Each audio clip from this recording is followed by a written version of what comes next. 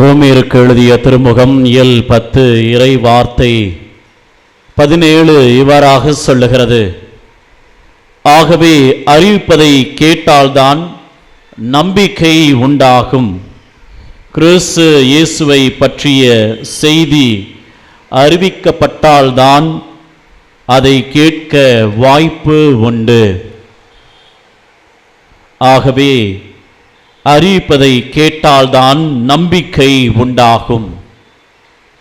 இயேசுவிலே பிரியமான சகோதர சகோதரிகளே, ரோமையருக்கு எழுதிய திருமுகம் 10வது இயல் 15வது இறைவசனத்திலே தூய பவுல் இவ்வாறாக சொல்லுவார். நற்செய்தி அறிவிப்போருடைய பாதங்கள் எத்துணை அழகாய் இருக்கிறது என்று.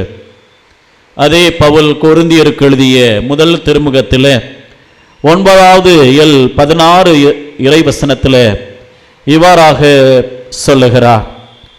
நான் நற்செய்தியை அறிவிக்கிறேன் என்றாலும் அதில் நான் பெருமைப்பட ஒன்றும் இல்லை. அதை செய்ய வேண்டிய கட்டாயம் எனக்கு உள்ளது. நற்செய்தியை அறிவிக்காவிடில் ஐயோ எனக்கு கேடு என்று. நற்செய்தியை தன் வாழ்நாள் முழுவதும் அறிவித்தவர் நம்முடைய புனிதர் கோடி அற்புதர் புனித அந்தோணியார். புனித அந்தோணியார் இறை வல்லமையுடன் நற்செய்தியை அறிவித்த அருள் பணியாளர் என்று நாம் இந்த நவநாள் நாளிலே தியானித்து கொண்டிருக்கிறோம். அவர் ஒரு அருள் பணியாளர், இறை வல்லமையோடு நற்செய்தியை அறிவித்தவர். அவர்தான் நம்முடைய புனிதர் கோடி அற்புதர் புனித அந்தோணியார். 15 வயசு தான் இருக்கும் அந்தோணியாருக்கு. அந்த குருமடத்தில் போய் சேர்ந்துட்டார். அன்புக்குரியவர்களே, 15 வயதில் ஒரு துறவியாக இயேசுனுடைய பணியாளராக மாற வேண்டும் என்று அவர் சேர்ந்து விட்டார். 24 வயதில் அவர் குருவாக அருள் பொழிவு செய்யப்படுகிறார். உங்க எல்லாருக்கும் தெரியும், நம்முடைய புனிதர் இளமையான காலத்தில் இறைவனடி சேர்ந்து விட்டார் என்று. அவர் 36 வயதில் இறைவனோடு இணைந்து விட்டார். அன்பர்களே, அப்படி என்றால் அவர் ஒரு 12 ஆண்டுகள் தான் குருவாக இருந்திருக்கிறார்.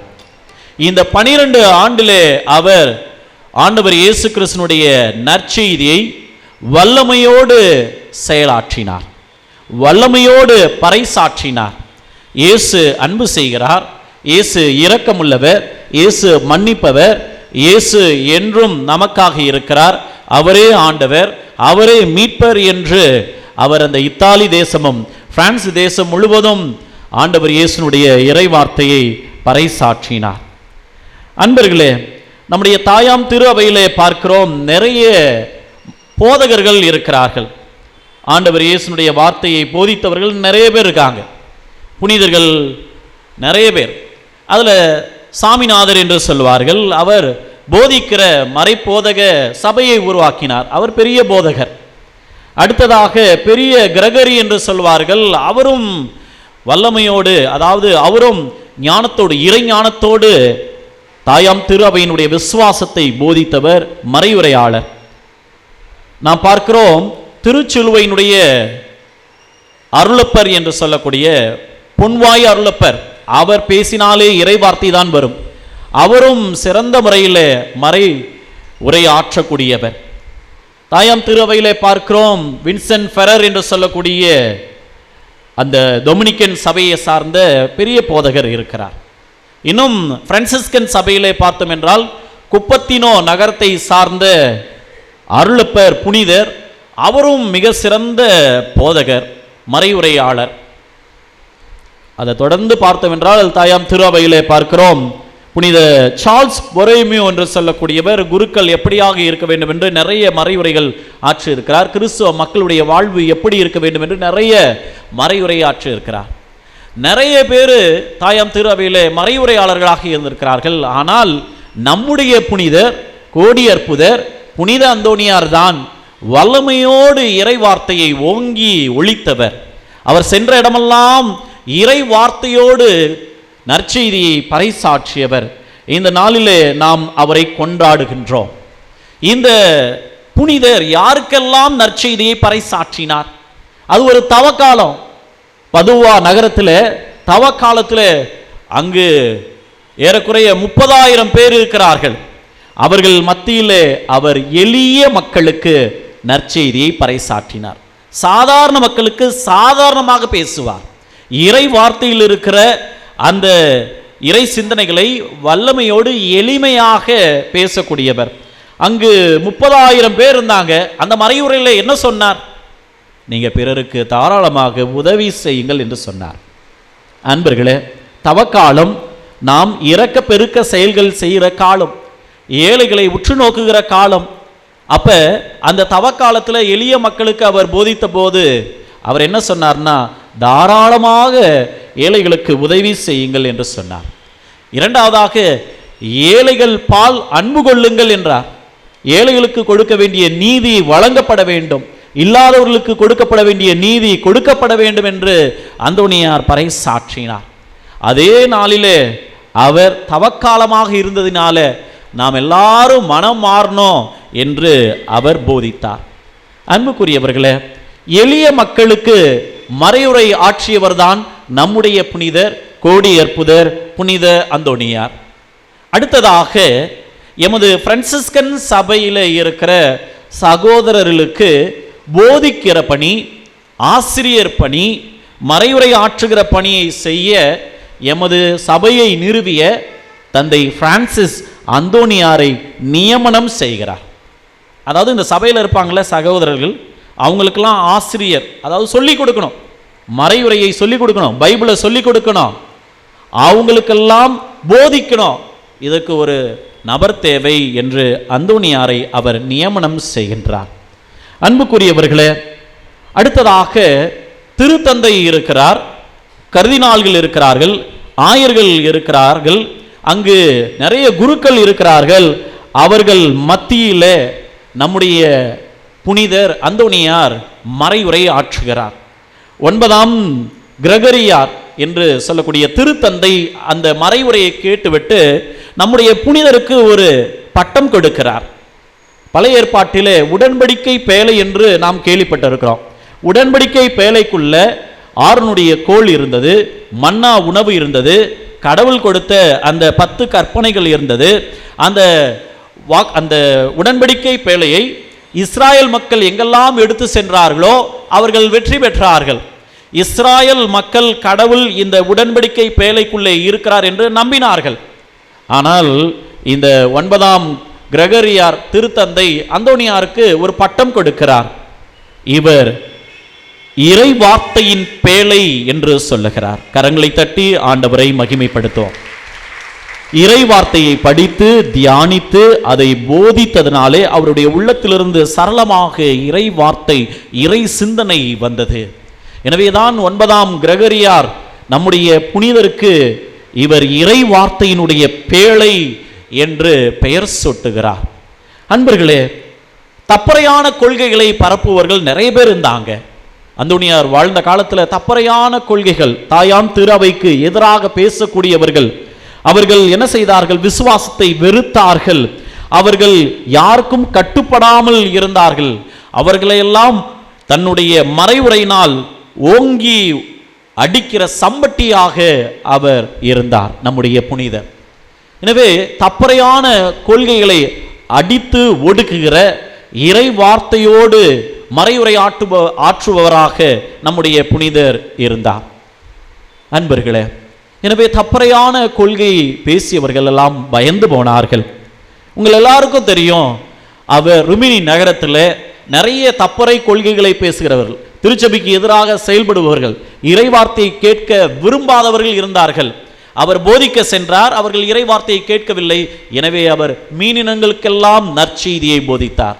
இவ்வாறாக சாதாரண மனிதர்களுக்கு, சக துறவிகளுக்கு, திருத்தந்தை, கர்தினால் மாலுகள், ஆயர்கள், குருக்களுக்கு, மேலுமாக தாயாம் திரு அவைக்கு எதிராக இருப்பவர்களுக்கு நற்செய்தியை போதித்தவர்.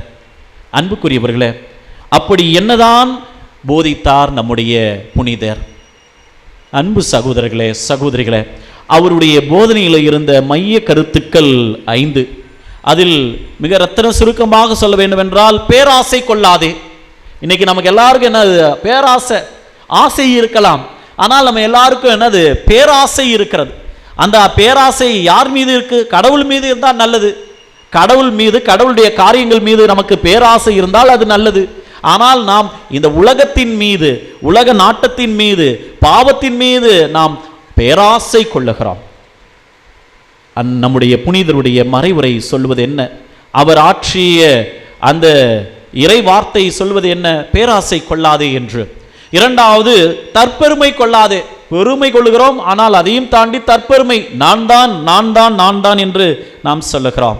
நம்முடைய புனிதர் தன்னுடைய இறை வார்த்தை வழியாக ஆற்றிய மறைவுரையில் சொல்லுகிறார், தற்பெருமை கொள்ளாதீர்கள், தாழ்ச்சி நிறைந்தவர்களாக இருங்கள் என்று சொல்லுகிறார்.